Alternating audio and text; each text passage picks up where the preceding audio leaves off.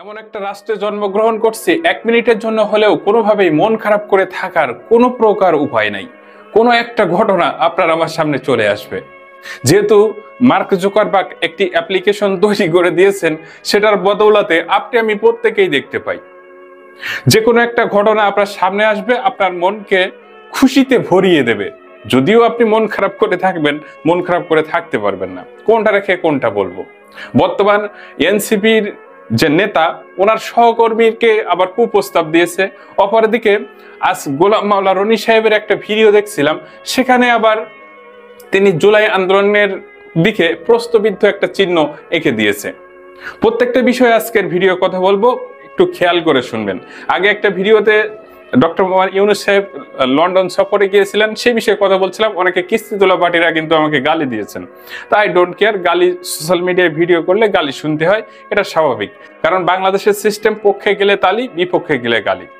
তো কথা না বাড়াই সরাসরি গোলাম মাওলা রনি সাহেবের ভিডিওর অংশবিশেষ আপনাদের শোনাতে চাই, তারপরে এই বিষয়ে কথা বলবো। আশা করি ধৈর্য সহকারে ভিডিওটি শেষ পর্যন্তই দেখবেন। বাংলাদেশের এই যে জুলাই আগস্ট বিপ্লব, এই বিপ্লবের পেছনে ডিপ স্টেটের ভূমিকা এবং এই বিপ্লবে মার্কিন যুক্তরাষ্ট্রের অর্থ, অন্যান্য সরঞ্জামাদি, আপনারা বুঝে নেন, অর্থ এবং অন্যান্য সরঞ্জামাদি, অর্থ এবং অন্যান্য সরঞ্জামাদি কিভাবে এই দেশে এসেছে এবং কিভাবে এই ট্রেনিং গুলো হয়েছে এবং সেগুলো কতটা ধ্বংসাত্মক ছিল এবং কত মানুষের প্রাণহানি ঘটিয়েছে, এগুলো এখন বলতে গেলে ওপেন সিক্রেট। খেয়াল করে নিশ্চয়ই শুনেছেন, তিনি কিন্তু সরাসরি প্রশ্নবিদ্ধ একটি চিহ্ন এঁকে দিয়েছেন। ইন্ডিয়া নয়, ইউএস এর ডিপ স্টেটের কথা বলছেন, যেটা কিনা আমরা সবসময় শুনতাম। ইন্ডিয়ার একটা টিভি চ্যানেলের হকার সাংবাদিক আছে, যাত্রাপালা করে, সেই চ্যানেলে কিন্তু তিনি বারবার বলতো, কিংবা আমার সামনে অনেকবার এই ভিডিও আসছে, আমি অনেকবার দেখছি। বাট আজ আমাদের গোলাম মাওলা রনি সাহেব তিনি কিন্তু এই কথা বলছেন। তিনিও কিন্তু গুরুত্বপূর্ণ একজন ব্যক্তি বটেই। তিনি সাবেক সংসদ সদস্য, বিশিষ্ট ব্যবসায়ী, আবার কলামিস্ট। তো উনি যে কথাগুলো বলছেন আরেকবার শোনেন, আরেকবার যদি না শোনেন তাইলে আপনাদের হয়তো বুঝতে অসুবিধা হতে পারে। বাংলাদেশের এই যে জুলাই আগস্ট বিপ্লব, এই বিপ্লবের পেছনে ডিপ স্টেটের ভূমিকা এবং এই বিপ্লবে মার্কিন যুক্তরাষ্ট্রের অর্থ, অন্যান্য সরঞ্জামাদি, আপনারা বুঝে নেন, অর্থ এবং অন্যান্য সরঞ্জামাদি, অর্থ এবং অন্যান্য সরঞ্জামাদি কিভাবে এই দেশে এসেছে এবং কিভাবে এই ট্রেনিং গুলো হয়েছে এবং সেগুলো কতটা ধ্বংসাত্মক ছিল এবং কত মানুষের প্রাণহানি ঘটিয়েছে, এগুলো এখন বলতে গেলে ওপেন সিক্রেট। এইখানে প্রত্যেকটা কথাই কিন্তু অনেক শক্ত, একটু ভালোভাবে খেয়াল করে দেখেন। এখানে বলছে ডিপ স্টেট থেকে 2024 সালের জুলাই আগস্ট আন্দোলনে টাকা ইনভেস্ট করছে কিংবা টাকা পাঠিয়েছে। শুধু টাকা নয়, এর সাথে সরঞ্জাম আদি বলতে এখানে কোনটা বোঝানো হয়েছে নিশ্চয়ই বুঝতে পারছেন। একটা বিপ্লব পরিচালনা করতে গেলে কিংবা একটা যুদ্ধ পরিচালনা করতে গেলে সেখানে কোন কোন সরঞ্জামের প্রয়োজন হয় সেটাই কিন্তু বোঝানো হয়েছে। এরপরে তাদেরকে ট্রেনিংও দেওয়া হয়েছে কিভাবে সেই সরঞ্জামাদি চালাইবে। এই কথাও কিন্তু তিনি ওনার ভিডিওতে স্পষ্টভাবে বলছেন। উনি একটা কথা রিপিট করছে, আমি তো 3বার শুনিয়েছি, উনি 2বার বলছে ওনার ভিডিওয়, অর্থ এবং সরঞ্জাম আদি। এরপরে ট্রেনিং করার পরে কি ধ্বংসাত্মক আক্রমণ করেছে এবং একই সাথে সেখানে কতজন মানুষের প্রাণহানি হয়েছে এই কথাও বলছে। অনেকে হয়তো বলবেন যে ভাই আমি তো এই বিষয়ে কথা বলি না, তাহলে এই বিষয়ে কেন ভিডিও করছি? ভাই আমার নিজের থেকে আগে দেশ বল, ঠিক আছে? দেশের ইস্যু নিয়ে যদি কথা না বলি তাহলে কোন ইস্যু নিয়ে কথা বলবো? এখানে কিন্তু অনেক বড় একটা প্রশ্নবিদ্ধ চিহ্ন কিংবা জিজ্ঞাসার চিহ্ন এঁকে দিয়েছেন। আমি এখানে কাউকে ছোট বড় খাটো কিংবা কাউকে দোষারোপ করে কথা বলছি না। উনি যেহেতু একজন গুরুত্বপূর্ণ ব্যক্তি, তো উনি না জেনেই কি এই কথাগুলো বলছেন নাকি কোন স্বার্থে বলছেন আমি জানি না। আবার ওনার কিছু কিছু ভিডিও দেখলে আমার মনে হয় যে উনি এক দলে সাপোর্ট গাচ্ছে, আবার দেখি কিছুক্ষণ পরে অন্য দলে অন্য পর্যায়ে ভিডিও করছে। বিষয়টা ঠিক এমন মনে হয় মাঝে মাঝে যে আলু আছে না জাতীয় তরকারি, মুরগিতে দিলেও চলে, আবার খাসির মাংসে চলে, মাছেও চলে, আবার সবজিতেও চলে, আবার ডালের ভিতরে দিলেও চলে।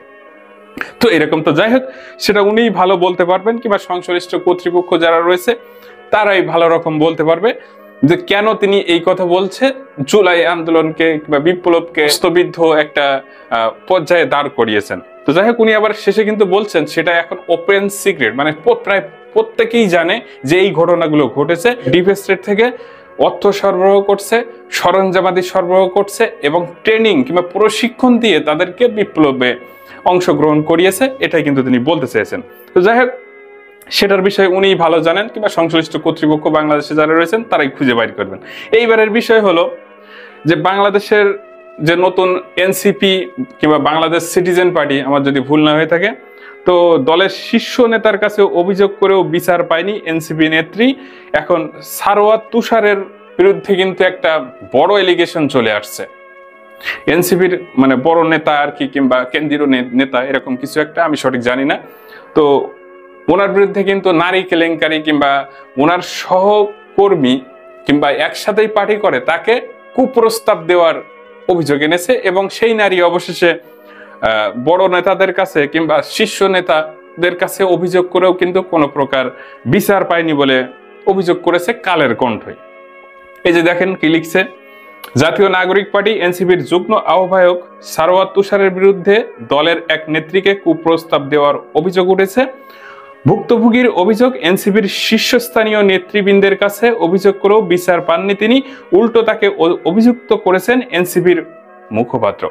অর্থাৎ ওই নারী বিচার চাইতে গিয়েছেন, অভিযোগ করছে, উল্টো তাকে ভুক্তভোগী ওই নারী অভিযোগ করে বলেন, তুষার বারবার আমাকে দোষারোপ করতেছে যে আমি এই রেকর্ডটি ফাঁস করেছি। এখন আপনি ভাই অপরাধ করবেন, আপনার রেকর্ড ফাঁস করবেন, আর কি চুমা দেবে আপনার সাথে?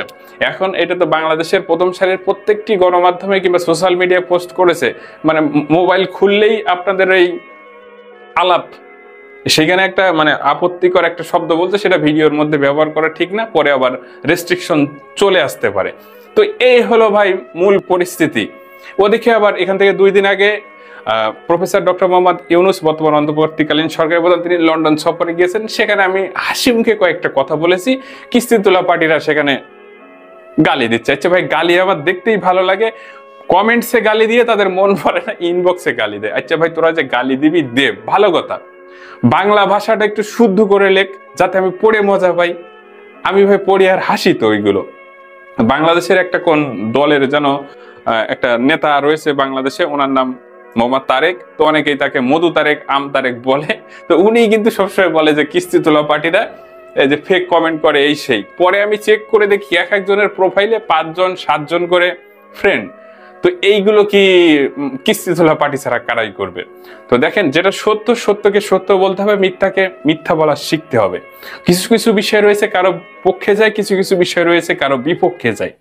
তো যদি কিনা আপনি সত্যকে সত্য না বলেন, মিথ্যাকে মিথ্যা না বলেন, আর সবসময় বলে যে হাসিনা এই করছে ওই করছে, আচ্ছা হাসিনা আর ইউনূস সাহেবের কি আপনি এক পাল্লায় মাপতে চান? তাইলে তো উনি যা করছে ইনিও তাই করবে, এটাই স্বাভাবিক, তাই না? তো আগে যে মানুষ কথা বলতে পারতো না, এই যে সমস্যা, ওইটা সমস্যা, তারপরেই কিনা বিপ্লব অন্তর্বর্তীকালীন সরকার আসছে।